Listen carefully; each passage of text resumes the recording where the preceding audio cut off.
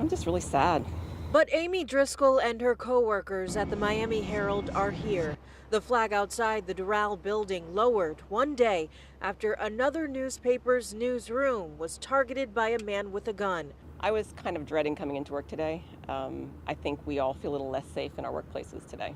And also just the continuing coverage of the story, it makes it difficult to think about other things.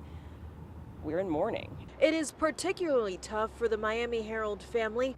One of the 5 victims killed while they were at work for the Capital Gazette in Annapolis, Maryland, Thursday afternoon is Rob Hiaasen. I know his brother Carl, because he works here at the Herald, but I knew Rob first. Driscoll met Rob when she was at the Palm Beach Post in the early 90s. A funny, smart guy whose, I think, overriding characteristic was his kindness.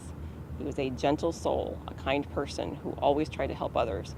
And, I know people say that and it sounds cliched, but it's true in his case. According to the Capital Gazette's website, Hiaasen was a columnist and hired as an assistant editor in 2010.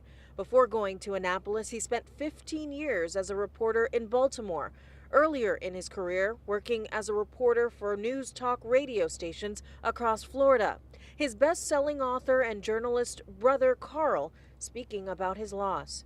He was the rock of our family. He was the little brother, but he was still the guy who brought all of us together and kept us together when times were tough. This will probably never heal for all of us, but as we watched what's been happening in this country and this tragedy will eventually fall out of the headlines, and a few weeks from now will be replaced by another one with